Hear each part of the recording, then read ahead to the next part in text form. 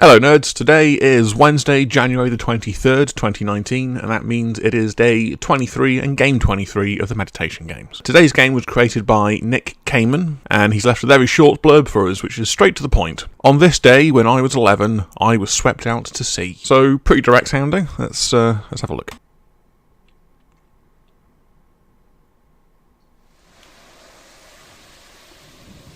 Well, that's really pretty. Nick Kaman. I assume that's not the name of the island.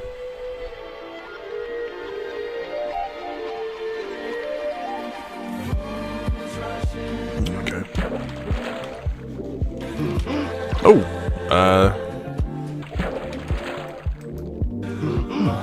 What's that? Oh, okay.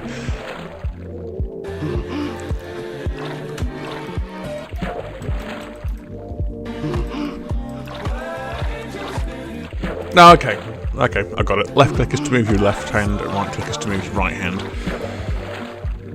I don't seem to have any ability to prevent myself from going underwater, and I don't seem to be able to do anything to pull myself up any quicker.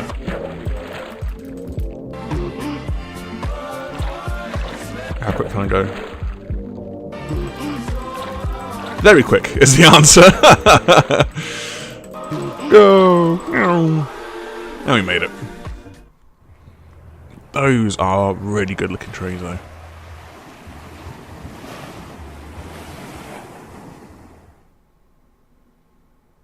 And that's it. So that game was about a very personal experience for Nick Kaman. It was about the time he nearly drowned. And there's no real subtlety or anything to the mechanics of the game. There's no nuance or anything like that. But there's still a few things that I thought were quite interesting. First off, the graphical style was really good. The graphics looked absolutely fantastic. They were big, bold, bright, colourful. Although there was no texture to the graphics, there was a lot of surprising detail, like how good the geography looked, how good the water looked, especially the palm trees. The palm trees looked fantastic. I also really liked how the polygons that made the leaves, I think there was a bit of clipping in them, which meant you could see the folds and the veins in the leaves without a texture actually showing it, which I thought looked really good. But the end result was a very stylised and very striking visual presentation, which I really liked. In terms of the mechanics, there wasn't a huge amount. Left click and right click, move your left and right hand. The faster you click, the faster you went. But there was this mechanic that randomly pulled you underwater, and in that time, you're powerless to do anything. Like, clicking didn't help you get back up any quicker, and everything was completely out of my control in that moment, so it was an unsettling mechanic, especially when you didn't know how to actually progress through the level at first. It was quite scary, and my initial reaction to going underwater was, how the hell do I get back up? But you do actually go back up automatically, so I think there's two ways that I'm taking the lack of control, pulling yourself back up over the surface of the water. One, in not having that control, it pulls the agency from the player to survive for themselves, to fight against that current, to pull themselves back up. But, on the other hand, by not having that agency, not having that control, it is selling the idea that you are, I wouldn't say submitting to the will, but you are at the whim of the water, and there's nothing you can really do to prevent it or fight it. I personally think both of those are interesting takes, and I don't think there was a wrong answer in how to approach it. They're just different.